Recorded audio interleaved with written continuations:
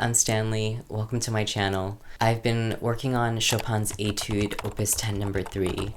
It's one of those pieces that sounds deceptively simple, but when you look at the sheet music, you realize that that's not the case. When I was listening to different recordings of this piece, I came across some hilarious comments like this one and this one. The difficult section that they're talking about is this one here.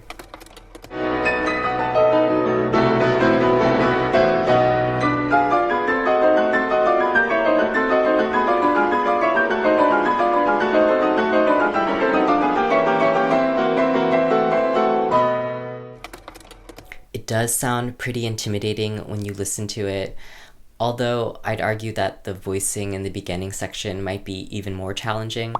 But regardless, I thought it'd be interesting to see how long it takes me to learn this section. By learn, I mean have it completely memorized and up to tempo. I thought it'd be interesting to show my process, as I find with classical music, we tend to only see this perfect end result. And I want to show you that behind the scenes, there are many challenges, setbacks, and endless hours of practice.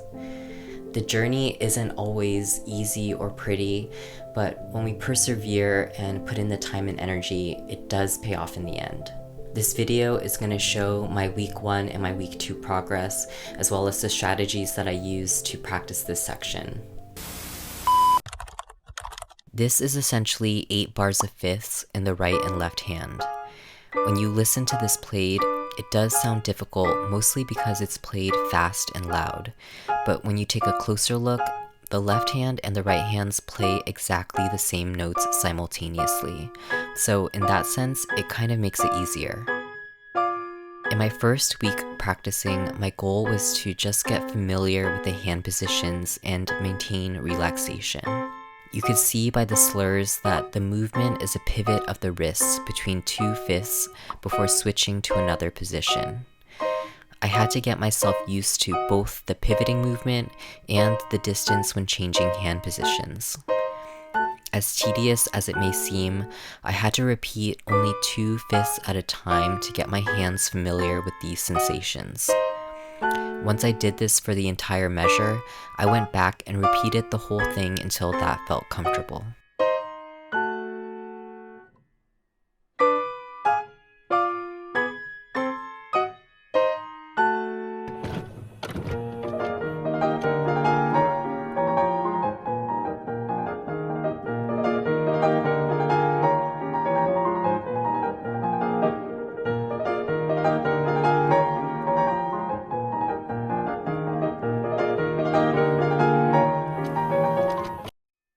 As I'm practicing each measure, I'm paying special attention to the position of my wrists and elbows, noticing how much they move each time I change positions. I know this is going to be important once I increase the tempo, because when I play it fast, I'm not going to be thinking so much about the notes, but more about this in and out movement.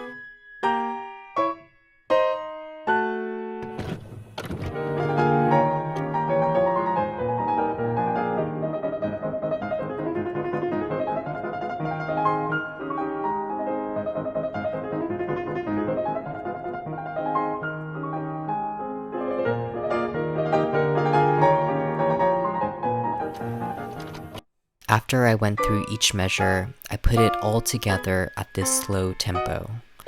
Not gonna lie, at the end of doing this, my brain did feel like it was gonna explode, but it's kind of just part of the natural process of learning something new. The beginning always feels a bit overwhelming as my brain tries to process all this new information.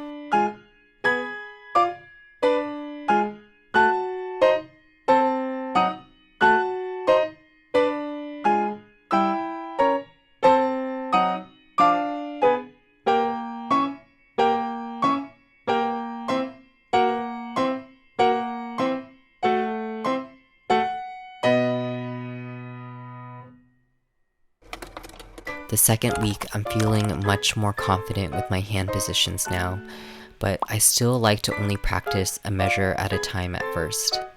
Do any of you guys also like to do this? I just find that it's more digestible to learn in smaller sections, and it allows me to get in more repetitions. I also find that I can monitor the quality and accuracy of my playing easier this way. I'll play each measure, first looking at the music to make sure I'm playing the right notes.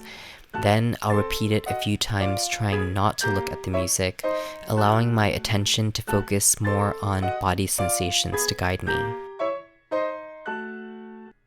As you can see, I definitely had a few brain fart moments where I struggled to remember the movements and positions of my hands, but I do find that doing this at the beginning stages of learning really helps me learn complicated passages more easily, and it makes memorizing it much easier later on.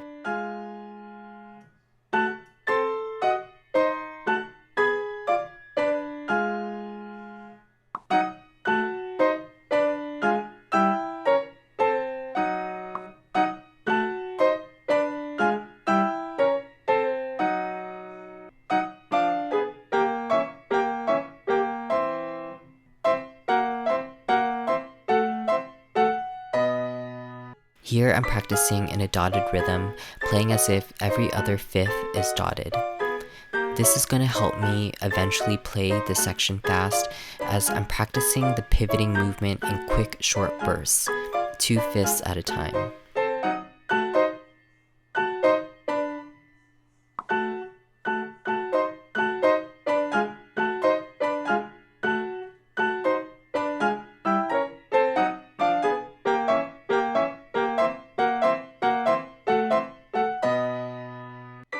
Playing with this rhythm pattern allows me to practice changing hand positions quickly. It was actually much harder than the pattern before because it requires remembering how much distance to move your hands. The idea is I'll eventually be able to combine what I was doing in the first rhythm pattern with what I'm doing here in this second rhythm pattern to be able to play the whole thing fast.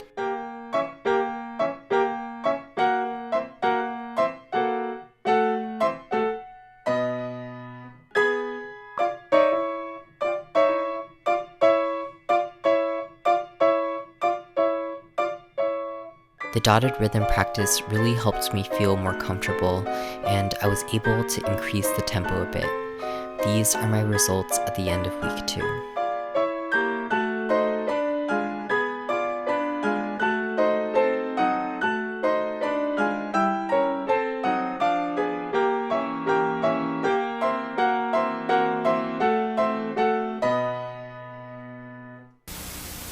There's still a lot to be done. I'm going to spend the next few weeks trying to increase the tempo and to memorize it. I actually find that speed and memory are kind of linked, like they're two different pathways towards the same result.